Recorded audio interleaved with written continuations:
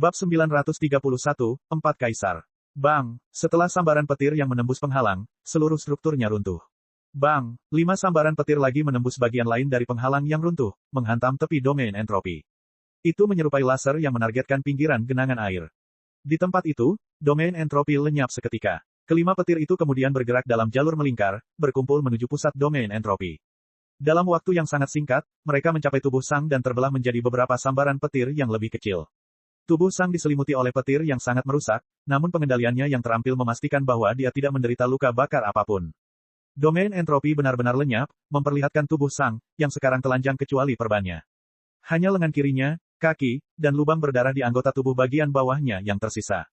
Tubuhnya hanya tinggal kulit dan tulang, dengan energi kehidupan yang sangat lemah. Tidak bergerak, tapi masih hidup. Seluruh rangkaian ini terjadi hanya dalam 0,1 detik, sementara penghalangnya terus runtuh. Untungnya, tidak ada yang bisa melihat Sang saat itu. Kaisar Petir mengetahui pentingnya menjaga kondisi Sang serahasia mungkin, itulah sebabnya sambaran petir awal telah menciptakan wilayah petir yang terang dan tidak dapat ditembus. Namun, dia juga mengerti bahwa dia tidak bisa membiarkan semuanya terisolasi terlalu lama, atau kaisar lain akan menuduhnya merusak bukti. Jadi, Kaisar Petir mendekati Sang dan menutupi tubuhnya yang dimutilasi dengan selembar kain putih besar. Kain ini menghalangi indera roh dan hanya memberikan gambaran kasar tubuh Sang. Pada saat itu, sebuah titik hitam muncul di wilayah terang Kaisar Petir. Dia segera menonaktifkan domainnya, memperlihatkan awan hitam deat mana yang agresif meluncur ke arah mereka. Permaisuri kematian telah tiba, Kali. Kaisar Petir dengan tenang berdiri di samping kain putih yang menutupi tubuh Sang. Kali muncul dari awan hitam, matanya dingin saat dia memandang Gregorio. Tak lama kemudian, Brutus Caesar dan Amon Gus juga muncul. Jelaskan, Kali menuntut dengan dingin. Jelaskan, balas Gregorio, matanya menyipit menyembunyikan amarahnya yang membara. Tidak ada yang perlu kujelaskan, jawab Kali tanpa emosi. Kaulah yang menghancurkan bendera pembela. Setelah gagal dinonaktifkan, balas Gregorio. Apakah kamu menyiratkan sesuatu? Kali bertanya. Ya, benar, Gregorio menegaskan. Saya yakin lawan prajurit saya adalah Raja Penyihir. Raja Penyihir, ulang Kali, tidak menunjukkan rasa geli. Dan bagaimana, doakan saja, Raja Penyihir bisa memasuki bendera pembela. Karena benderanya cacat atau rusak, jelas Gregorio. Omong kosong, ejek Kali. Jika itu tidak masuk akal, panggil semua Raja Penyihir dari ketiga kerajaanmu. Jika tidak ada Raja Penyihir di dalam, mereka semua pasti masih ada, kan? Gregorio menantang. Baik, jawab Kali dengan nada tenang namun dingin. Dia melirik Brutus Caesar dan Amon Gus, yang mengangguk setuju. Dalam waktu singkat, semua Raja Penyihir dari 3 kerajaan berkumpul di bawah 4 kaisar. Setelah mereka semua berkumpul, Brutus Caesar mengerutkan alisnya, dan Kali memandang Amon Gus dengan ekspresi yang lebih dingin. Kau melewatkan satu, kata Kali. Amon Gus menjadi pucat. Dia mencoba yang terbaik untuk menghubungi Raja Penyihir yang hilang, tetapi dia tidak mendapat jawaban. Aku, tidak dapat menemukannya, aku Amon Gus dengan ekspresi serius. Sepertinya aku bukan satu-satunya yang mempunyai pengkhianat di antara kita, kata Kali. Amon Gus tetap diam. Apakah akan jadi seperti ini? Gregorio bertanya. Maukah kalian berpura-pura ini tidak direncanakan? Itu tidak direncanakan, Brutus Caesar menegaskan. Setidaknya, saya tidak terlibat di dalamnya. Kali mengangguk setuju. Saya juga tidak menyadarinya, tapi saya akan melakukan penyelidikan internal. Dia kemudian menoleh ke Gregorio. Harapkan jawabannya dalam 50.000 tahun bisnis ke depan. Gregorio hanya menatap mereka dengan mata menyipit, menahan diri untuk tidak mengatakan apapun. Kain putih di sebelah Gregorio mulai melayang. Berhenti, sela Amon Gus. Sekarang kami telah menerima penyelidikan Anda, sekarang saatnya Anda menerima penyelidikan kami. Tunjukkan pada kami mayatnya, tuntutnya sambil menunjuk pada mayat yang mengambang di bawah kain itu. Suasana langsung menjadi gelap saat Gregorio dan Amon Gus bertatapan. Jangan dipaksakan, Gregorio memperingatkan dengan nada gelap dan mengancam. Saya tahu apa yang terjadi. Anda tahu apa yang terjadi. Kita semua tahu apa yang terjadi. Kau melumpuhkan salah satu rakyatku yang paling berkuasa, lanjut Gregorio. Kau kehilangan Raja Penyihir, dan kau melumpuhkan salah satu Raja Penyihir masa depanku secara parah dan permanen. Jatuhkan. Keheningan pun terjadi. Ketiga kaisar menatap Gregorio saat ketegangan di udara meningkat. Saya tidak menghargai tuduhan yang tidak berdasar, kata Amon Gus, tapi saya akan batalkan sekali ini saja. Bagaimanapun, kita dulunya berteman. Mata dingin Gregorio bertemu dengan tatapan dingin Amon Gus beberapa saat lebih lama. Kemudian, Gregorio terbang ke langit dan terbang melalui portal dengan tubuh Sang yang tertutup.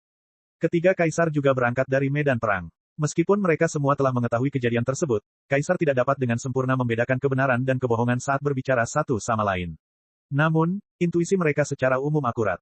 Ketiga kaisar percaya kata-kata Gregorio tentang Sang yang lumpuh permanen, meskipun tidak mengetahui secara spesifik bagaimana hal itu terjadi. Ini berarti mereka tidak mengorbankan Raja Penyihir dengan sia-sia. Dapat dikatakan bahwa misi tersebut sebagian berhasil. Bab 932, Kepercayaan. Di dalam perpustakaan Kaisar Petir, sepotong besar kain putih mulai bergeser.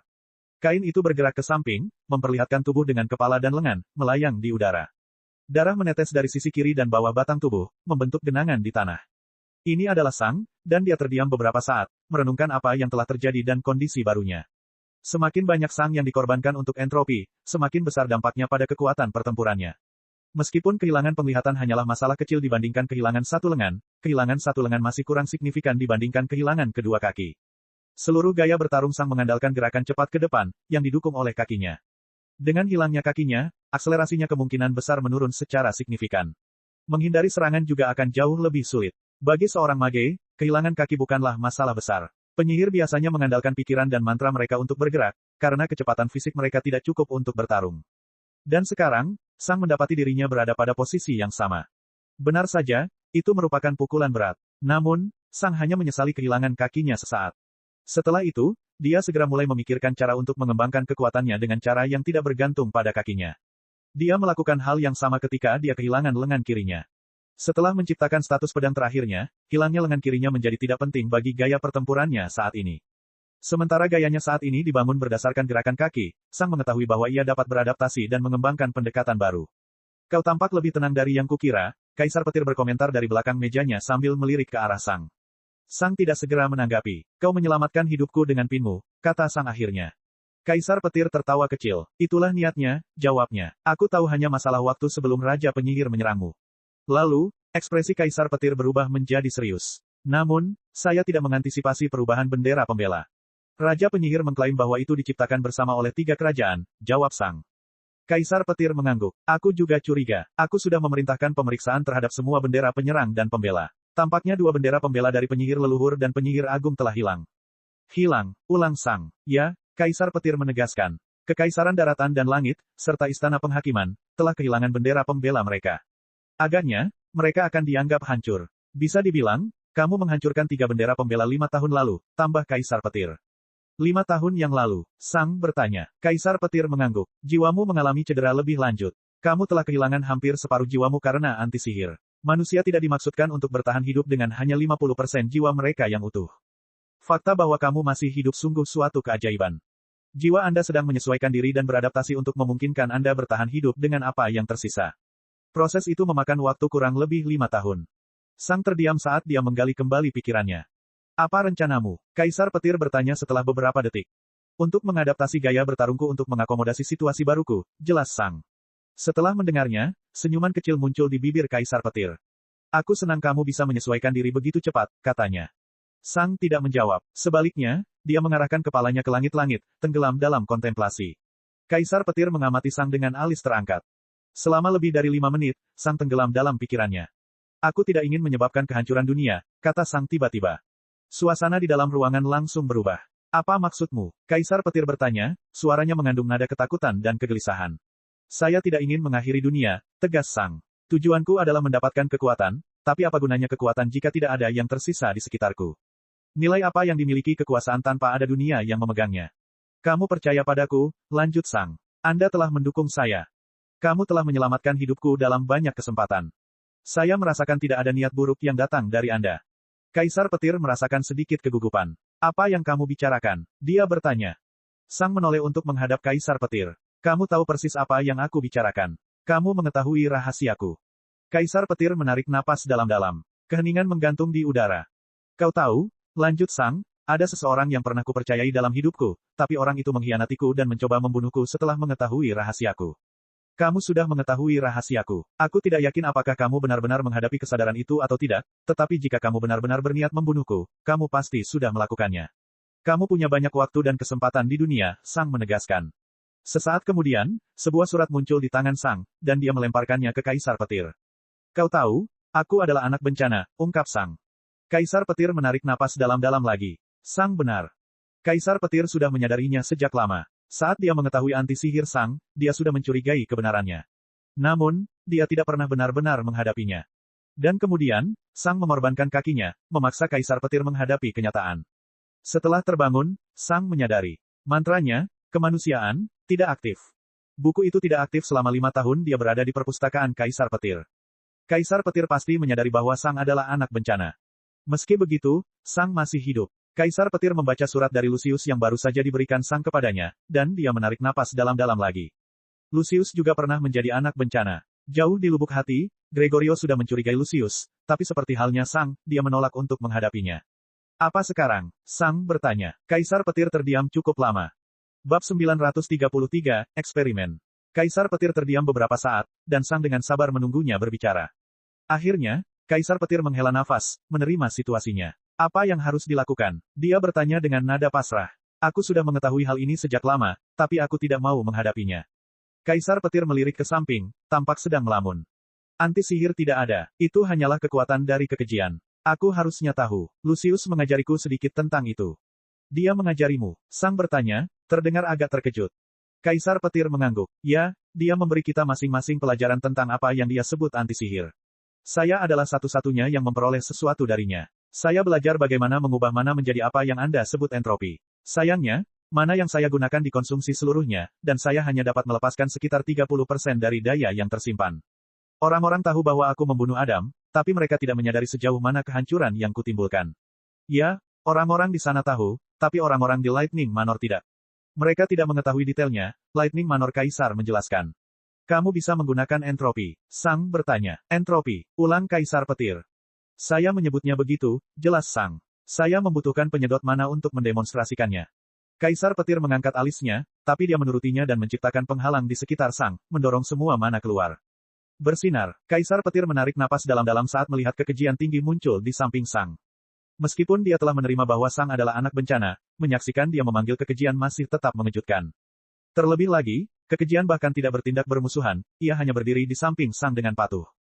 Kaisar Petir tidak pernah menganggap dirinya penjahat. Dia menghargai kejujuran dan keadilan di atas segalanya. Namun, kini dia mendapati dirinya sedang berbincang dengan seseorang yang bisa mengendalikan makhluk yang ditakdirkan untuk menghancurkan dunia. Itu membuatnya tidak nyaman mendukung orang seperti itu.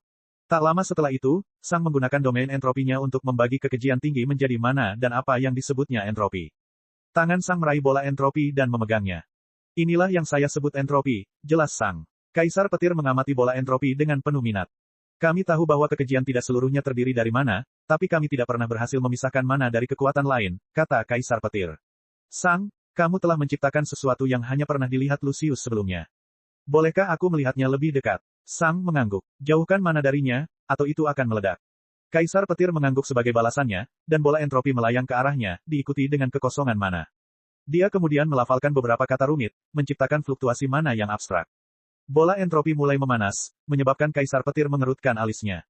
Dia terus melantunkan mantra, tetapi bola entropi terus meningkat suhunya. Setelah sekitar 1 menit, Kaisar Petir memanggil beberapa perangkat yang belum pernah dilihat Sang sebelumnya. Namun, begitu salah satu perangkat ini menyentuh bola entropi, perangkat itu lenyap. 1 menit berlalu, dan Kaisar Petir menghela nafas frustrasi. Bagaimana aku bisa menguji bola entropi ini? Gumamnya, terdengar setengah retoris. Aku hanya mempelajari satu hal, ia menghancurkan mana apapun yang disentuhnya. Dan, ya, hampir semuanya terbuat dari mana, Kaisar Petir menambahkan tanpa daya. Ding, Sang melemparkan sepotong biji keras ke samping bola entropi. Kaisar Petir mengangkat alisnya, tetapi dia menyadari bahwa entropi tertarik pada bijinya. Mereka tertarik satu sama lain. Dia berkomentar. Sang tidak perlu menanggapi, pikiran Kaisar Petir bekerja dengan cepat, dan dia membuat beberapa kesimpulan. Jadi, mungkin tidak ada alasan mengapa kekejian datang ke dunia kita, dia berteori, mencapai kesimpulan yang mirip dengan kesimpulan Sang. Tentu saja, dia sampai pada ide serupa. Mungkin, Sang menyetujui. Mungkin Tuhan bahkan tidak bisa mengendalikan kekejian. Kaisar Petir mengerutkan alisnya. Tapi dia memberimu afinitasmu, dan kamu bisa mengendalikan kekejian, kan? Ya, tapi kendaliku tidak mutlak, aku Sang. Kaisar Petir menjadi semakin tertarik. Tak satu pun dari anak-anak bencana, selain Lucius, yang berhasil menjadi sekuat atau belajar banyak tentang kekejian. Aku bisa mengendalikan dan memanggil mereka, jelas Sang, tapi aku tidak bisa mengabaikan atau mencegah kemunculan mereka.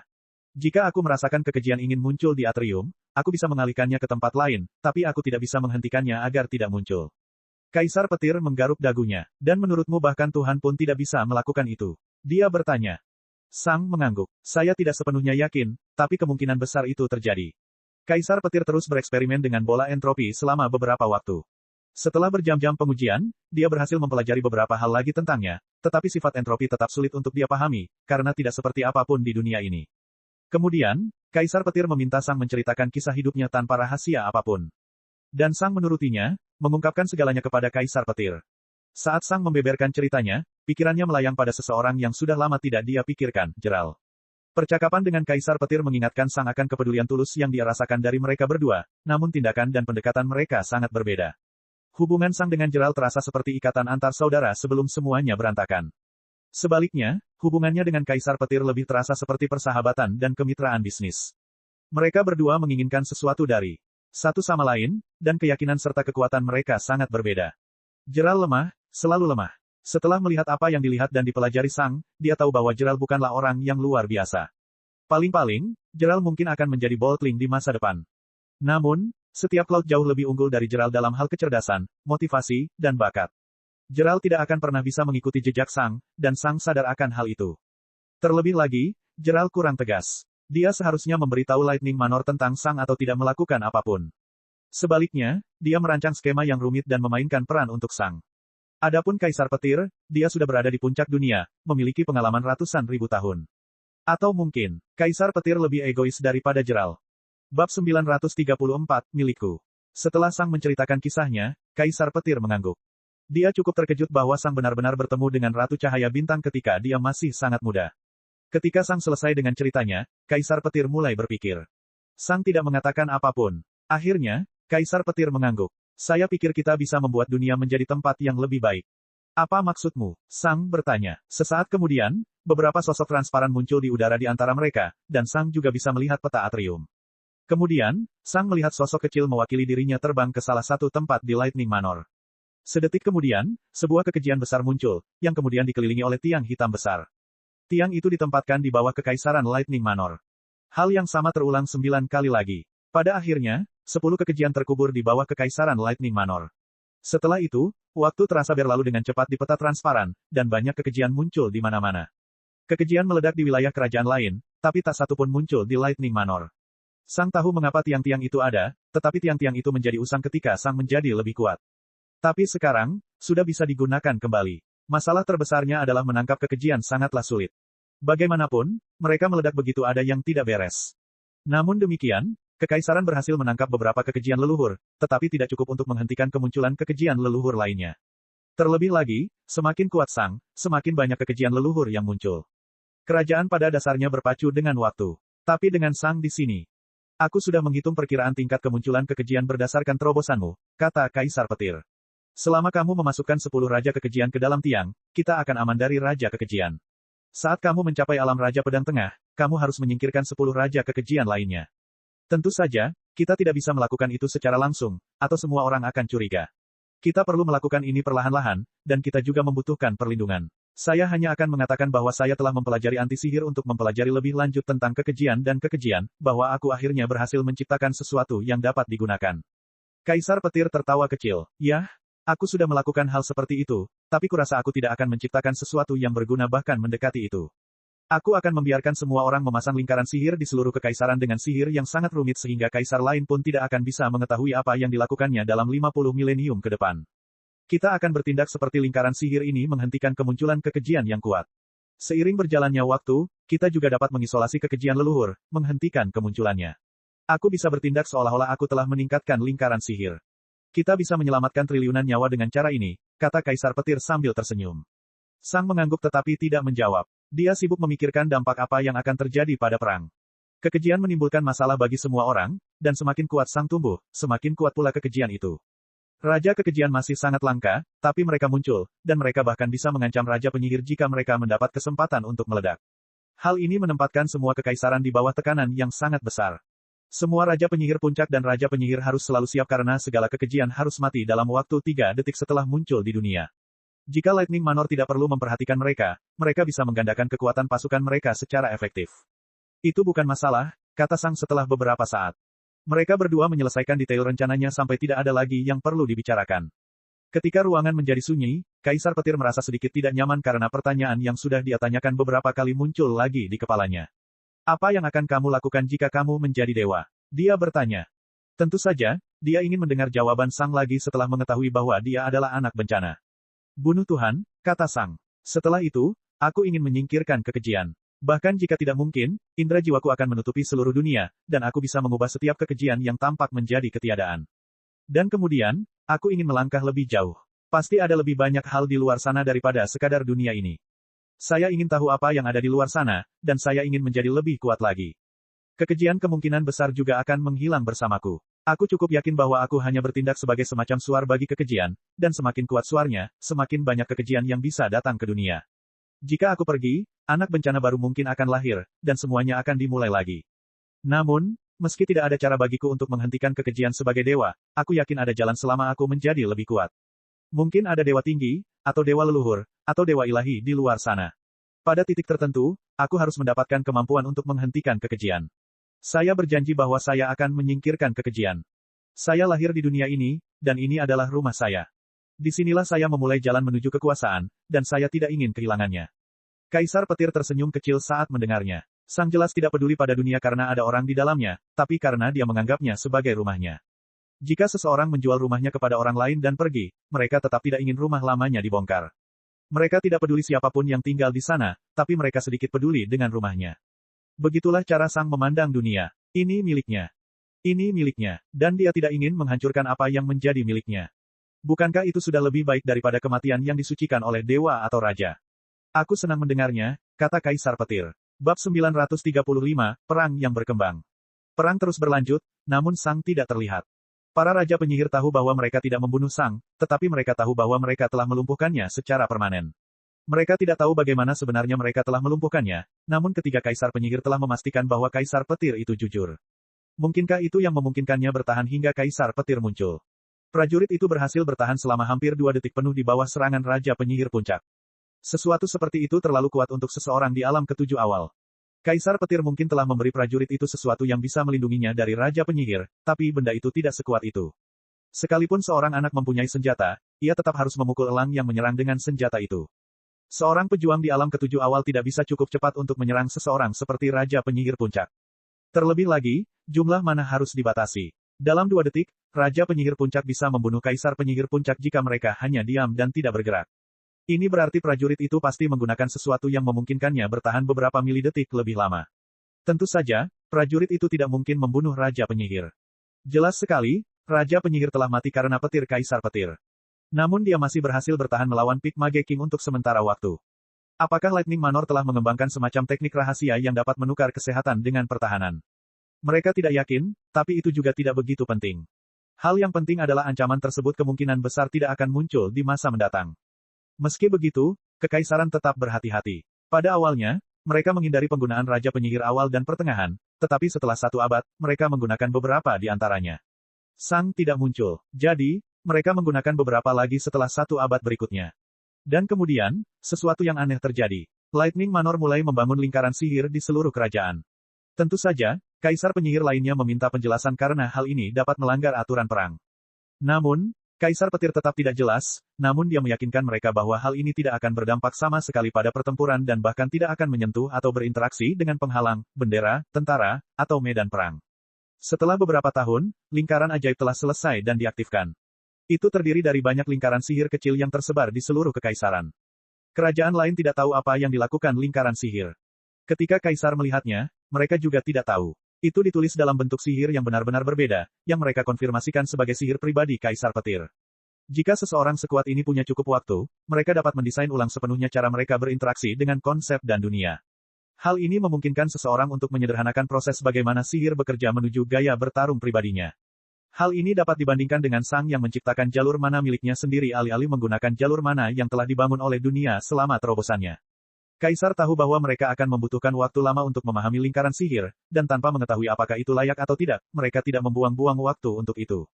Seiring berjalannya waktu, mereka akan mengetahui apa yang dilakukan lingkaran sihir. 1 abad kemudian, Raja Bencana muncul di garis depan Lightning Manor untuk pertama kalinya. Raja Bencana, Kiran, telah berkomitmen penuh untuk menyingkirkan kekejian di dalam Lightning Manor, itulah sebabnya dia belum pernah menjadi bagian dari perang sebelumnya. Fakta bahwa Raja Bencana telah muncul di garis depan berarti bahwa Lightning Manor sedang putus asa. Kerajaan lain terus menekan Lightning Manor, tapi mereka tidak mengerahkan seluruh kemampuannya. Dengan adanya Raja Bencana di sini, Istana Petir akan kehilangan banyak kota, menghancurkan infrastruktur mereka, dan mempersulit para Raja Penyihir untuk muncul. Lagi pula, kekejian tidak akan berhenti muncul begitu saja. Perlawanan yang dilakukan Lightning Manor juga meningkat pesat, dan kerajaan lain tahu bahwa mereka harus mengambil tindakan perlahan. Lightning Manor jelas-jelas melakukan upaya berlebihan dan bertarung dengan cara yang tidak berkelanjutan. Selama mereka menunggu, Lightning Manor pada akhirnya akan kehabisan tenaga. 1 abad lagi telah berlalu. Lightning Manor masih menolak. 500 tahun berlalu. Kaisar Petir mengubah lingkaran sihirnya yang besar, dan kaisar lainnya masih tidak tahu apa fungsinya. 500 tahun lagi berlalu. Kekaisaran menjadi curiga. Bagaimana Lightning Manor masih bisa melawan sebanyak ini? Kekejian seharusnya menyebabkan kerusakan parah pada mereka. Kerajaan lain sudah mulai mengalami kesulitan dengan kekejian. Saat ini, satu raja penyihir dari setiap kekaisaran terus-menerus bertugas mengawasi kekaisaran untuk para raja kekejian. Begitu salah satu dari mereka muncul, raja penyihir segera perlu memanggil portal untuk membunuh mereka. Mereka bahkan tidak bisa menyia-nyiakan 1 detik pun. Kemudian, 2 raja penyihir lainnya per kekaisaran sibuk mengawasi wilayah kekejian leluhur dan kekejian Archabomination. Ini berarti 3 raja penyihir dari masing-masing kerajaan terus-menerus sibuk karena kekejian. Itu berarti hampir separuh dari seluruh raja penyihir dari kerajaan daratan dan langit serta kerajaan senja-senja. Selain itu, mereka juga perlu menyiapkan beberapa pemimpin penyihir puncak. Namun, ada satu hal yang memberi mereka harapan. Jika mereka sudah merasakan hal mengerikan ini, seberapa buruk perasaan Lightning Manor. Kedua belah pihak masih mengalami banyak korban jiwa, namun Lightning Manor masih berhasil bertahan, dan pertahanan mereka tidak melemah. Setelah beberapa ribu tahun berperang, keempat kerajaan tidak lagi seperti dulu. Lightning Manor hanya memiliki 5 raja penyihir yang tersisa. Keluarga Twilight Dust juga memiliki 5. Kerajaan daratan dan langit mempunyai 6. Namun istana penghakiman terkena dampak paling parah. Gregorio telah membunuh 2 raja penyihir mereka saat itu, dan mereka kehilangan 2 lagi selama perang. Dari 14 raja penyihir, jumlahnya turun menjadi 10. Sebelum perang, Lightning Manor memiliki sekitar 7.000 Mage Lord. Sekarang, jumlahnya turun menjadi 5.000. 3 kerajaan lainnya mengalami kerugian serupa. Terlebih lagi, kekalahan brutal di medan perang penyihir leluhur membuat semakin sulit bagi raja penyihir baru untuk muncul.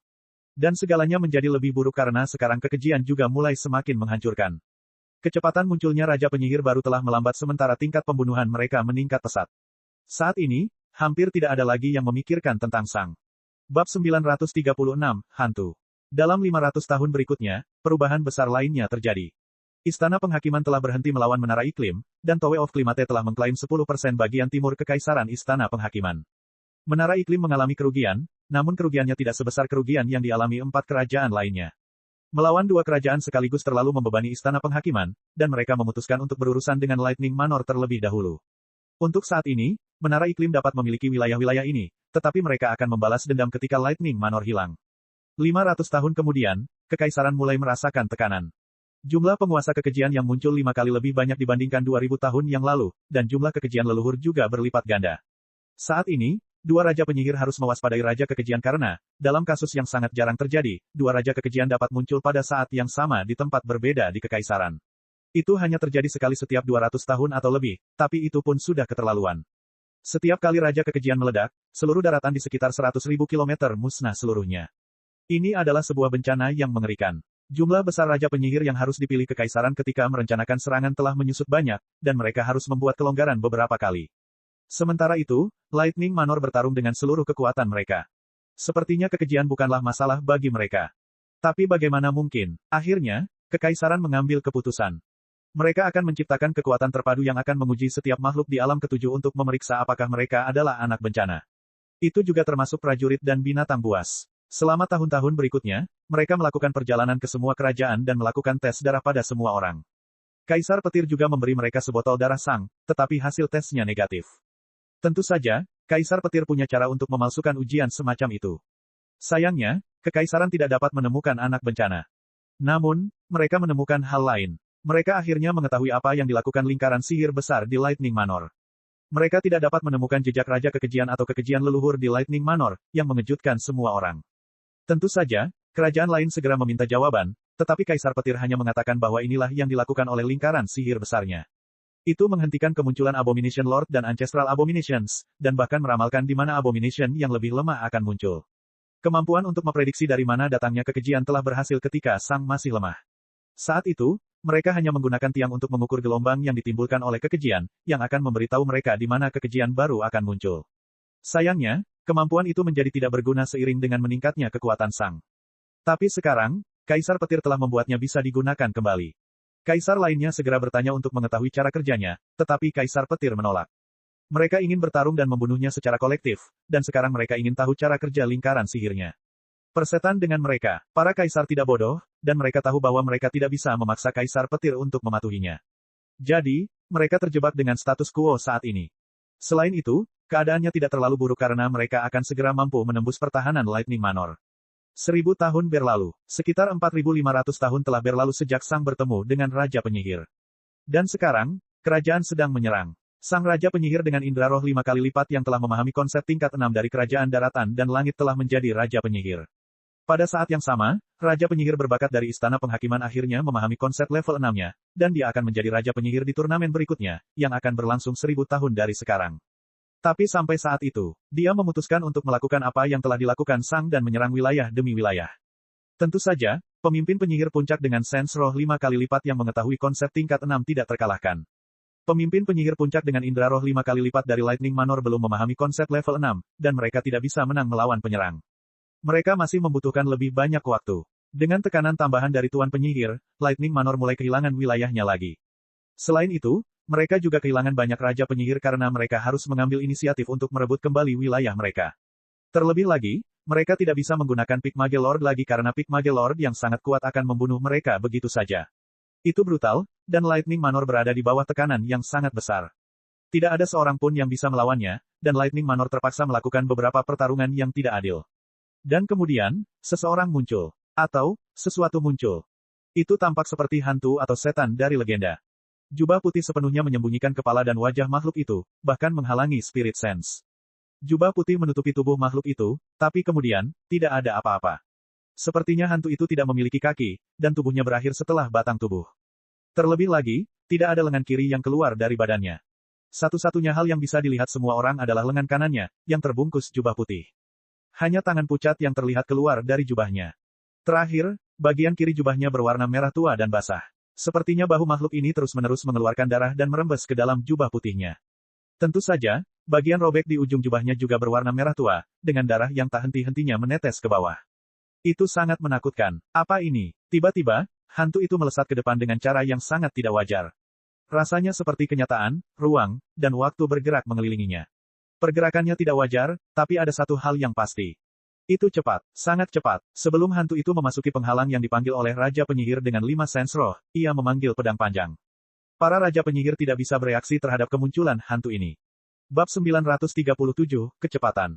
Penampilan Sang sedikit berubah. Mengenakan pakaian biasa sudah tidak pantas lagi baginya karena dia tidak memiliki kaki dan hanya satu lengan. Karena itu, dia memutuskan untuk hanya mengenakan kain putih yang dikenakan Kaisar Petir padanya. Kain itu luar biasa karena hanya memungkinkan spirit sense untuk keluar tetapi tidak bisa masuk. Tentu saja, itu tidak seefektif entropi ore ketika harus mengisolasi sesuatu, tapi bahkan Kaisar Penyihir pun tidak akan mudah untuk memeriksanya. Alasan lain mengapa Sang memutuskan untuk memakai kain ini adalah karena dia tidak bisa lagi menyembunyikan kehilangan anggota tubuhnya secara realistis. Menyembunyikan hilangnya satu lengan bukanlah hal yang sulit bagi penguasa Kaisar Petir dalam konsep kehidupan, namun menyembunyikan hilangnya 2 kaki pada dasarnya adalah hal yang mustahil. Semua orang telah melihat bagaimana Sang bergerak, dan ketika dia tiba-tiba berhenti memberikan tekanan pada kakinya, itu hanya akan menimbulkan lebih banyak kecurigaan dan pertanyaan. Karena itu, Sang memutuskan untuk mengambil kepribadian yang tidak membuatnya tampak seperti manusia lagi. Dan mungkin, itu memang akurat. Semakin dia tampak tidak normal, semakin sedikit masalah individu yang dipertanyakan padanya. Raja Penyihir dan Kaisar Penyihir tahu bahwa Sang telah dilumpuhkan dalam beberapa hal, dan kemunculannya seperti ini membuat lebih sulit untuk menebak secara spesifik. Apakah Sang sudah gila sekarang? Apakah dia sudah gila? Hal-hal seperti itu. Setelah memasuki penghalang, Sang tidak berhenti. Dia terus menembak ke depan dengan kecepatan luar biasa. Selama 4000 tahun terakhir, Sang telah maju ke alam pemimpin pedang puncak, dan dia juga mencari cara untuk memperbaiki masalah ini dengan kecepatannya. Saat itulah Sang memutuskan untuk melihat konsep ruang, waktu, dan gravitasi. Berkat transformasinya di alam penghancur kekosongan, Sang sekarang memiliki 60% afinitas terhadap ruang, waktu, dan gravitasi. Itu sudah lebih baik dari hampir semua orang. Pada saat ini, pikiran Sang hampir sama kuatnya dengan pikiran Raja Penyihir awal. Bersama dengan afinitasnya yang meningkat, memahami beberapa konsep pertama untuk ketiga afinitas ini tidaklah sulit. Konsep ruang tingkat 1, warping, yang memungkinkan seseorang untuk membengkokkan ruang, membuatnya lebih sulit bagi musuh untuk bergerak ke dalam. Konsep ruang tingkat 2, jarak, yang memungkinkan seseorang memperpendek atau memperpanjang jarak antara dirinya dan lawannya. Konsep ruang tingkat 3, distorsi, yang memperkuat efek warping. Konsep ini juga dapat mengganggu manipulasi ruang oleh orang lain. Bahkan konsep ruang tingkat 4, fragmentasi, yang memungkinkan seseorang membagi ruang. Inilah konsep yang mengubah ruang. Afinitas dari yang mengontrol menjadi sangat ofensif. Konsep waktu tingkat 1, percepatan, yang memungkinkan seseorang mempercepat waktu dirinya dan lingkungannya. Semakin banyak konsep waktu yang diketahui, semakin kuat efeknya. Konsep waktu tingkat 2, perlambatan, yang memungkinkan seseorang memperlambat berlalunya waktu di sekitarnya. Ditambah dengan akselerasi, hal ini dapat menciptakan perbedaan kecepatan yang mengerikan. Konsep waktu, aliran tingkat 3, yang memungkinkan seseorang mengendalikan dua konsep lainnya dengan lebih banyak kendali, memberi mereka kemampuan untuk mengubah waktu dengan sangat cepat sehingga seseorang mungkin melewati seseorang atau salah menilai lintasan seseorang. Konsep waktu, instan tingkat 4, yang memungkinkan seseorang mempercepat pikirannya sejenak dengan imbalan mana, membuatnya tampak seperti dunia telah membeku. Ini memberi seseorang kemampuan untuk membuat rencana bahkan dalam skenario yang paling menegangkan sekalipun. Konsep gravitasi, tanpa bobot tingkat 1, yang memungkinkan seseorang mengurangi berat sesuatu. Sang menggunakan konsep ini bersama dengan Darkness Mana untuk mengontrol berat pedangnya. Konsep gravitasi, tekanan tingkat 2, yang memungkinkan seseorang menekan lingkungan sekitar, membuatnya lebih sulit untuk bergerak. Konsep gravitasi, kompresi tingkat 3, yang semakin memperkuat efek tekanan. Konsep gravitasi tingkat 4, inti, yang memperkuat semua aspek lainnya. Dengan 12 konsep ini, Sang telah memecahkan masalahnya. Biasanya, ketika seseorang tidak memiliki afinitas ruang, waktu, atau gravitasi, mereka akan menunggu untuk memahami hal-hal ini sampai mereka menjadi raja penyihir. Lagi pula, meski tanpa afinitas, pikiran mereka cukup kuat untuk memahami hal-hal ini. Setelah kehilangan kakinya, Sang terjebak dalam gerakan seperti penyihir, yang berarti menggerakkan tubuhnya dengan kekuatan pikirannya. Cara bergerak Sang masih belum berubah, tapi sudah dioptimalkan hingga tingkat yang menakutkan. Konsep tanpa bobot akan sangat mengurangi bobot tubuh Sang. Konsep jarak membuat Sang bergerak melalui ruang 4 kali lebih banyak dibandingkan tanpanya. Konsep akselerasi mempercepat waktu pribadi Sang. Dan itu bukanlah segalanya. Sang juga telah memahami konsep cahaya tingkat 4, fajar, yang semakin meningkatkan kekuatan konsep cahaya miliknya. Dan konsep cahaya tingkat 5, laser, yang memberi Sang 10% kecepatan cahaya, dan itu juga memberinya cara untuk mengubah mana cahaya menjadi laser penghancur. Saat Sang bergerak dengan kecepatan penuh sekarang, jubahnya akan bersinar dalam cahaya putih, namun karena distorsi gravitasi, waktu, dan ruang di sekitarnya, cahayanya tampak halus dan seperti hantu. Dengan semua konsep ini, kecepatan Sang bahkan lebih cepat dibandingkan jika hanya menggunakan kakinya. Kelemahannya telah hilang, digantikan dengan kekuatan. Tentu saja, Sang juga telah memahami beberapa hal, tapi ini tidak relevan dengan kecepatannya. Karena Sang sekarang adalah penguasa pedang puncak, dia sudah fokus pada tujuan Raja Prajurit yang tidak penting, dan Sang sudah memahami salah satunya. Ketika penghalang itu berubah menjadi keruh, Pig Mage Lord yang berambut hitam mengerutkan kening. Seseorang berani menyerangnya. Meski begitu, dia akan siap. Dia menyiapkan. Matanya tiba-tiba melebar ketika dia melihat sesosok hantu menembaki dirinya. Itu sangat cepat. Bagaimana bisa begitu cepat? Apakah ini Raja Penyihir? Bab 938, 6 Rasa Roh. Sang Raja Penyihir baru saja menyiapkan fokusnya ketika Sang sudah hampir mencapainya. Bersinar, Sang Raja Penyihir menggunakan beberapa langkah mana untuk mengambil jarak tertentu, tapi Sang sudah menembakinya dengan kecepatan yang menakutkan. Sang penguasa penyihir dengan cepat menyadari bahwa orang ini bukanlah Raja Penyihir karena bendera serangan akan bereaksi terhadap sosok tersebut karena ia jelas menggunakan mana untuk bergerak secepat ini. Selain itu, Tuan Penyihir bahkan tidak tahu siapa atau apa ini. Apakah ini seorang penyihir? Itu pasti seorang mage, kan? Meski begitu, dia tahu bahwa dia harus berusaha sekuat tenaga. Lagi pula, Lightning Manor tidak akan mengirim seseorang untuk menyerangnya selama mereka tidak percaya diri. Dia ingat bahwa Lightning Manor memiliki semacam senjata rahasia yang ingin mereka gunakan melawan Raja Kematian yang disucikan di masa depan. Apakah ini senjata rahasianya? Jika iya, ini mungkin pertarungan tersulit dalam hidupnya. Segera, dia mengeluarkan kekuatan penuhnya. Tepat ketika Sang hendak menghubunginya lagi, segalanya menjadi gelap. Indra roh Sang tidak berfungsi lagi, dan jika dia memiliki mata, mata itu juga tidak akan berfungsi lagi. Selain itu, Sang merasakan tubuhnya perlahan melemah. Ini adalah pertama kalinya Sang benar-benar bertarung melawan seseorang yang mengetahui konsep level 6. Ini adalah konsep kegelapan abadi tingkat 6. Kegelapan abadi membentangkan kekuatan kegelapan di wilayah yang luas. Untungnya, membuat mantra yang menyertakan konsep sekuat itu tidaklah mudah, dan Tuan Penyihir belum menciptakannya. Karena itu, dia hanya bisa menggunakan konsepnya sebagaimana adanya. Tidak peduli apa yang Sang lakukan, mustahil baginya untuk melihat apapun dengan spirit sense-nya.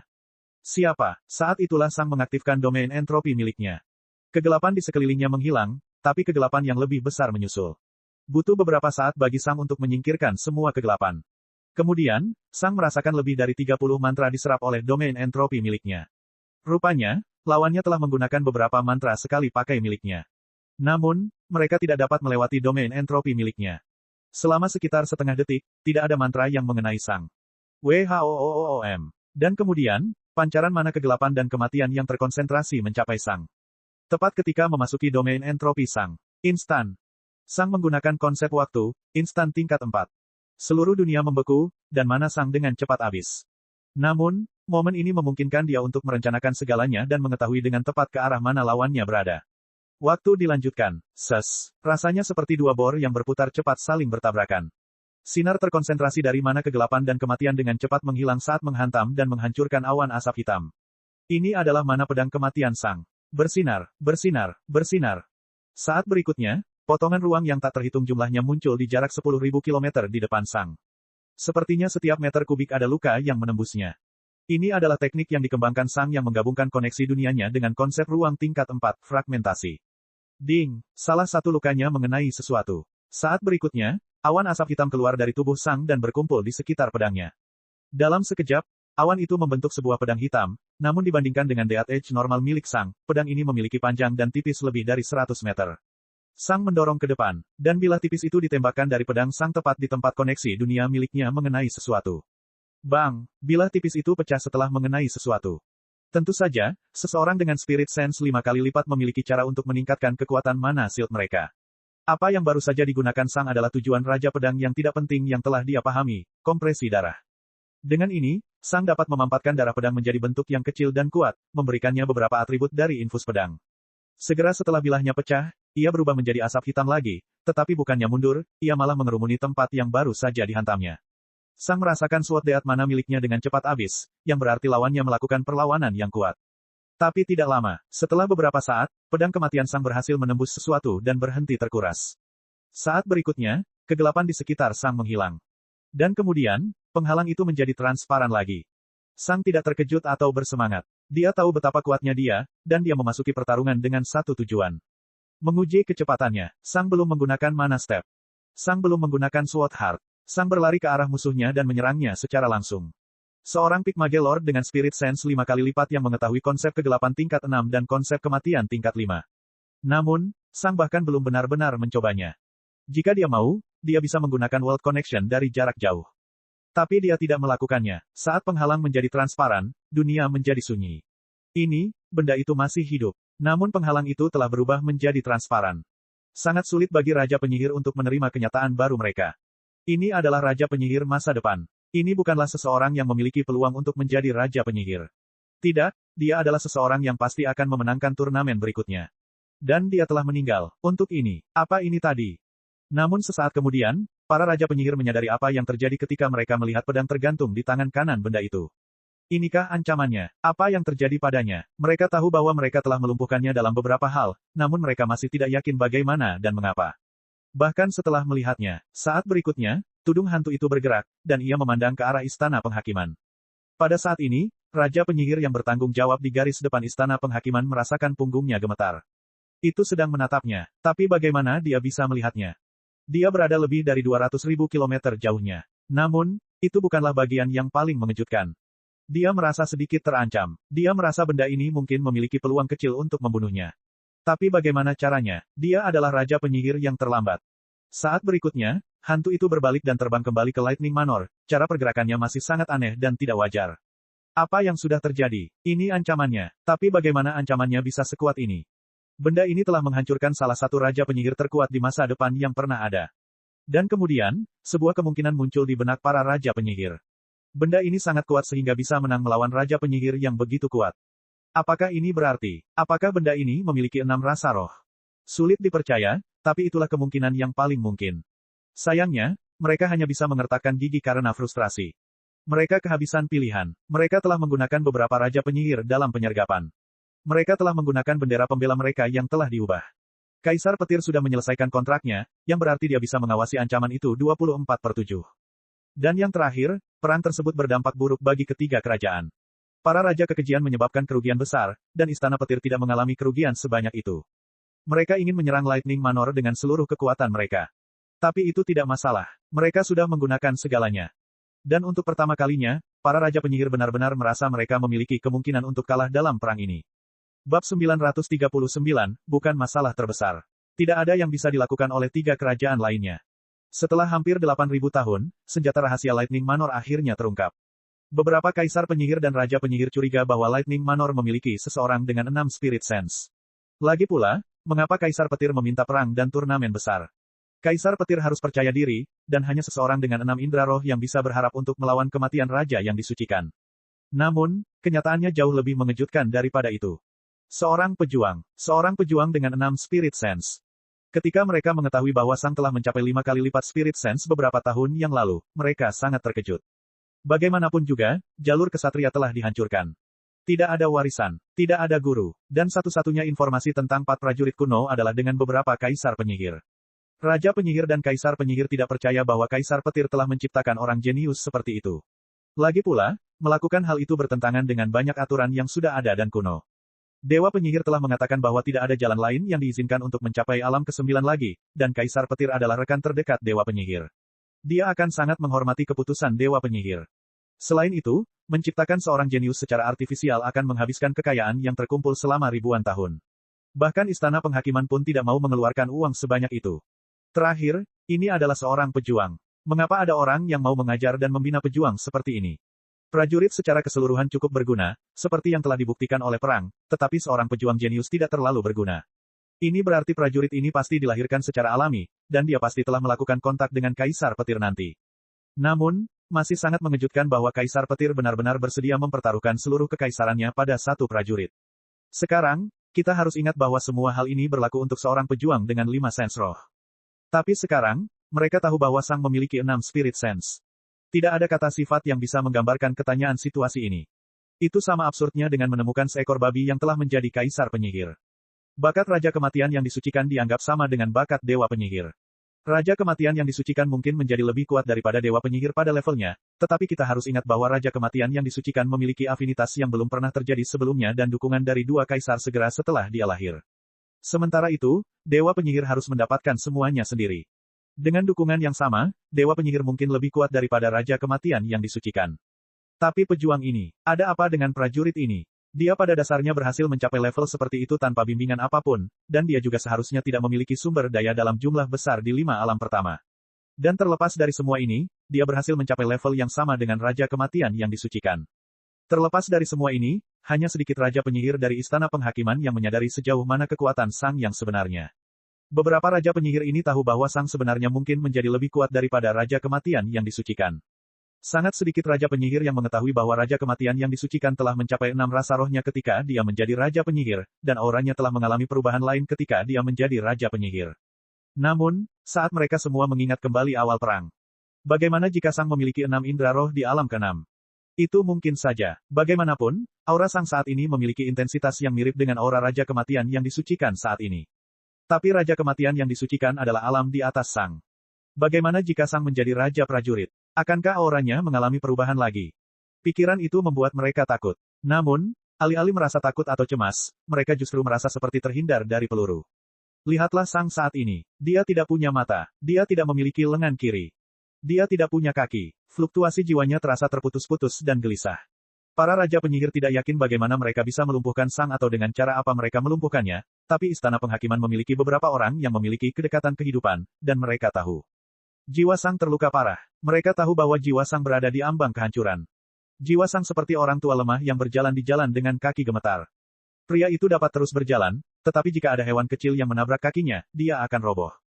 Mereka yakin bahwa Sang dihantui oleh perasaan lemah, disorientasi, kelelahan, stres, dan kecemasan yang terus-menerus. Selain itu, jiwanya harus terus-menerus mengalami rasa sakit yang tak terlukiskan. Seberapa sulitkah berlatih dalam kondisi seperti itu? Perasaan ketenangan dan kedamaian batin adalah yang terpenting bagi para penyihir. Stres dan kecemasan dapat dengan mudah mengalihkan pikiran seseorang saat sedang fokus pada suatu hal. Secara alami, rasa sakit akan menjadi lebih buruk. Dan ketika menyangkut pelatihan sebagai seorang pejuang, Sang mengalami hal yang lebih buruk lagi. Bagaimanapun, dia kehilangan separuh tubuhnya. Bagaimana dia bisa menguasai tubuhnya ketika dia kehilangan setengahnya? Sementara Sang terus menyerbu melalui beberapa medan perang, para Raja Penyihir bertemu dengan Kaisar Penyihir mereka, yang kemudian berbicara satu sama lain. Mereka sekarang tahu target mereka. Mereka tahu kartu truf Lightning Manor. Namun, menghadapi kartu truf menjadi sangat sulit. Mereka telah mengorbankan Raja Penyihir untuk menghadapi Raja Penyihir baru dari Lightning Manor. Mereka telah mengorbankan Raja Penyihir untuk menghadapi Sang, namun tidak berhasil. Mereka telah menggunakan bendera pembela mereka yang telah diubah. Mereka telah kehilangan beberapa penyihir dengan 5 indera roh. Mereka telah kehilangan sebagian besar penyihir normal mereka. Dan terlebih lagi, para penguasa kekejian dan sejumlah besar kekejian leluhur menyebabkan kerusakan yang tak terhitung pada kerajaan mereka. Kekejian itu begitu dahsyat sehingga mungkin merugikan kekaisaran lebih banyak daripada melawan Lightning Manor. Keadaannya sangat buruk sehingga semua kota ditinggalkan. Mereka semua, setiap, kekejian leluhur begitu kuat sehingga hanya penyihir leluhur puncak yang paling kuat yang bisa berharap untuk membunuh mereka, tetapi hanya setelah pertarungan yang panjang, di mana kekejian leluhur punya waktu untuk mengumpulkan cukup mana untuk meledak. Karena itu, penyihir leluhur tidak lagi cukup kuat untuk mendapatkan penyelesaian. Hanya tuan penyihir yang kuat yang bisa menjamin keamanan penyelesaian. Sayangnya, jumlah kota jauh lebih banyak daripada jumlah tuan penyihir. Jadi, setiap kota telah ditinggalkan. Jika memungkinkan, warga memasuki kota-kota besar, tapi bagaimana kota bisa menampung semua warga dari seluruh kota? Karena itu, lebih dari 90% orang terlemah di sebuah kota telah meninggal. Pada titik tertentu, pemimpin kota mundur ke sebuah kota, dan ketika binatang buas berikutnya menyerang, kota itu akan dihancurkan, membuat orang-orangnya berada di hutan belantara. Dan, hanya penyihir leluhur yang bisa bertahan hidup di hutan belantara tanpa bantuan. Jika seseorang ingin memvisualisasikan dampaknya terhadap kemanusiaan, seseorang hanya perlu melihat peta negaranya, memilih 10 kota terbesar, dan kemudian memberantas semua desa, kota kecil, dan kota kecil lainnya. Jadi, meskipun terjadi perang besar dan kehadiran Sang, hal itu sebenarnya bukanlah kekhawatiran terbesar kekaisaran. Kekejian itu terjadi. Bab 940, Kelemahan. Sang melayang dari satu medan perang ke medan perang lainnya. Ketiga kerajaan telah berusaha sekuat tenaga, namun Sang menghentikan kemajuan mereka.